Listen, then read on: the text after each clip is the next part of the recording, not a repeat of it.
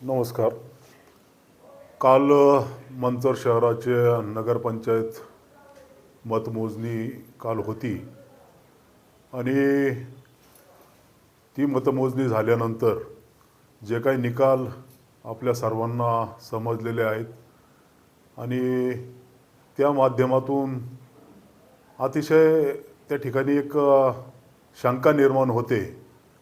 पैशाचं वाटप तर झालंच, त्याच्यामध्ये काही ठिकाणी धाक दाखवण्याचा प्रयत्न झाले आणि ह्या सर्व माध्यमातून हे जे काही मतदान झालं त्या मतदानामधून कालचा जो निकाल जो झालेला आहे तो अतिशय थोडा शंकास्पद त्या ठिकाणी होतोय. कारण EVM मशीन जे आहेत, खरं तर 2 तारखेला जर मतमोजणी जर झाली असती तर निश्चित प्रकारे ती लगेचच त्याचे निकाल त्या ठिकाणी समजले असते.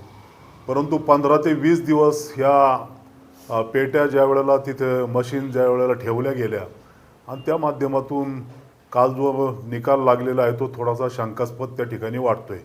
आणि संपूर्ण महाराष्ट्राचं देखील जरी चित्र पाहिलं तर कालच त्या ठिकाणी जसे विधानसभेला जे आकडे होते त्याच पद्धतीने आकडे हे ह्या नगरपंचायतच्या नगरपालिकेच्या निवडणुकीला देखील समोर येतात. एक म्हणजे साधारणतः आपल्याला ती शंकाच वाटते की EVM मशीनमध्ये निश्चित प्रकारे त्या ठिकाणी काहीतरी गडबड असली पाहिजे अशी शंका त्या माध्यमातून निर्माण होते.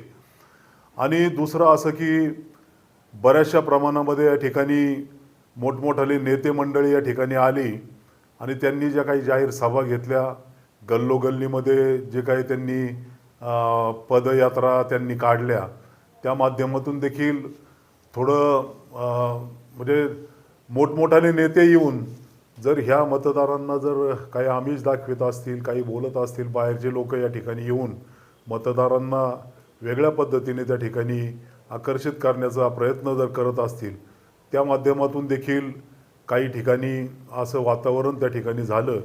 आणि आज पाहतोय की आपण उभाटा गटाचे एक उमेदवार या ठिकाणी आमचे वसंतराव वानखेडे निवडून आलेले आहेत. दुसरे शरदचंद्र पवार गटाच्या निलिमा वानखेडे या ठिकाणी निवडून आलेले आहेत.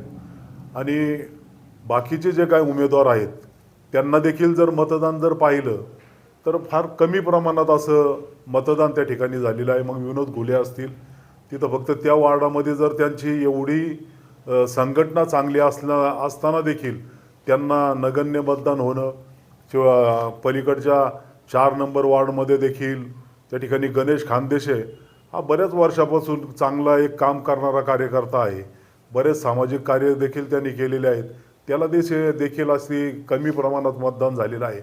त्या माध्यमातून आम्हाला जरा शंका येते की कुठेतरी EVM मशीनचा त्या ठिकाणी निश्चित प्रकारे काहीतरी घोळ झालेला आम्हाला त्या ठिकाणी दिसून येतोय. आता आमच्या चॅनलच्या